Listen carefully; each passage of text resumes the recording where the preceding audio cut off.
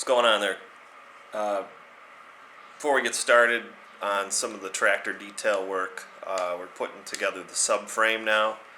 Going to be cleaning off some of the bolt heads, bolts, nuts that have rust, grime, deposits. These are the smaller little bolts that hold the subframe and hydraulics and other types of components together. I could use a regular grinder, but the grinding wheel and wire brush is too big, so I opted to use a Dremel. I ran up to Lowe's and bought this the other day. This is my second one. I'm not really crazy about these things. They burn out. The first one I had lasted. I worked it hard. I mean, they have basically little radio-controlled car motors in them, but they're a lot of money.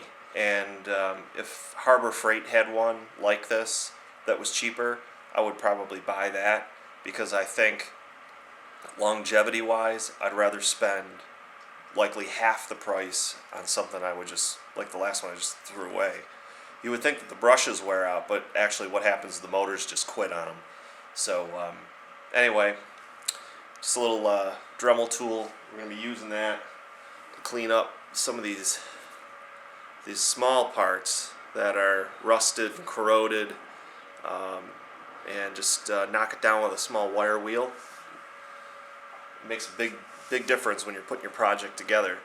And as you can see over here, we're continuing on in our restoration of the Wheel Horse 1989, the last year that Wheel Horse technically made wheel horses before they were purchased by Toro. And we're going to be also doing a little bit of a modification here. I wanted to point out that the spindles that I have here for the steering, these aren't the heavy duty axles. I don't have the front swept axle. I'm going to be getting the front swept forward axle. I've got a couple that I've seen on eBay that are about $100. So I might splurge on that. And what I'm trying to get are the heavy duty fronts, because there's going to likely be a heavy blade, 48-inch blade on the front of this tractor, and likely the 42-inch snow thrower, which weighs a lot.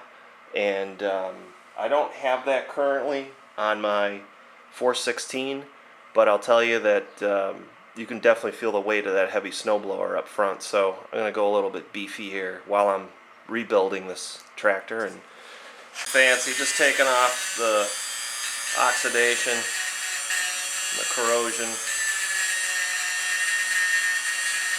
Just letting the tool do the work.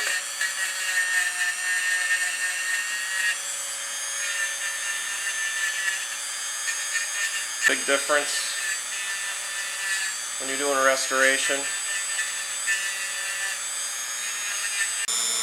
Oh, it's got a nice shine to it now. Oh, there you can see it. How that was all. Couldn't see that on top. Here's a before shot. You can see how rusty all these things are. Looking pretty nasty. And here's the finished product after about an hour worth of cleaning all these up. So quite a big difference, and they'll make a much better appearance when I'm putting them on the tractor. Alright, so we'll put some of these bolts I just cleaned up. They look real good.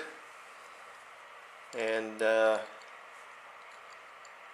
get this top part put on, and then we'll start hopefully putting the hydraulics on.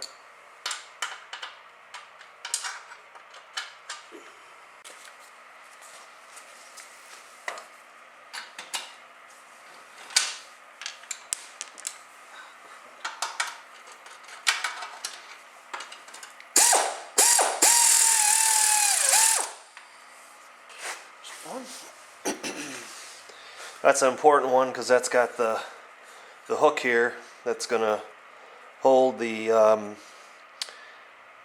let's see, what would that be? That's electrical wires.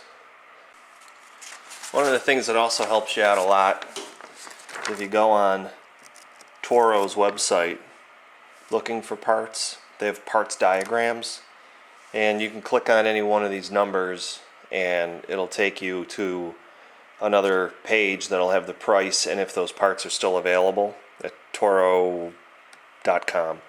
But these part blow-ups are really good because even though I've taken this thing, I've taken this thing apart like a year ago, and I pretty much know where everything goes.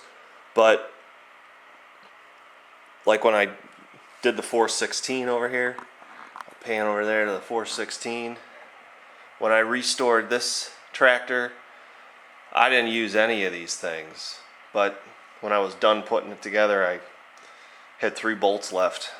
And I vowed that that wasn't going to happen on this one. On this restoration, this tractor was going to, everything was going to be where it was supposed to be. So this thing outlines the subframe that sits on top of the frame, and then the part that we're putting in now that'll hold the dash and dashboard and dash panel. So, but it's good because you'll know all the little various parts and where things belong. So the next step here is this is my valve body for the hydraulics, and this is in. I don't know if you can see that, but this is in, and then this is out. So I'm just going to label this because I got to take these 2 hoses off. I'm going to be putting new gaskets on. I bought a set of O-rings. I shouldn't say gaskets. A set of O-rings that are used for hydraulics. So I'm just going to mark these so I know which line goes where.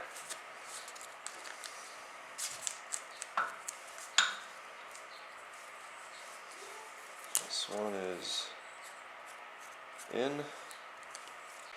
Okay, before I go any further, I'm going to clean up this hydraulic valve body. It's got some grime on it. I'm going to get some of this junk out of all these little crevices and stuff and make sure that it's all clean, and look online maybe to clean this out internally.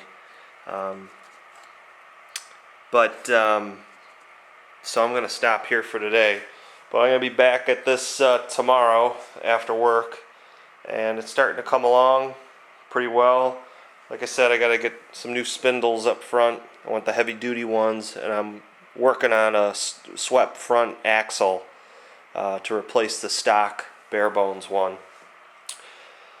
And the other thing I have to do is get the wheels off. So I'll be taking the wheels to get those, the tires removed. I gotta get the tires removed from the wheels so I can start painting those wheels. And then as soon as that's done, put that back on. But we'll be back at this tomorrow. Thanks a lot for watching. Please subscribe, and we'll see you.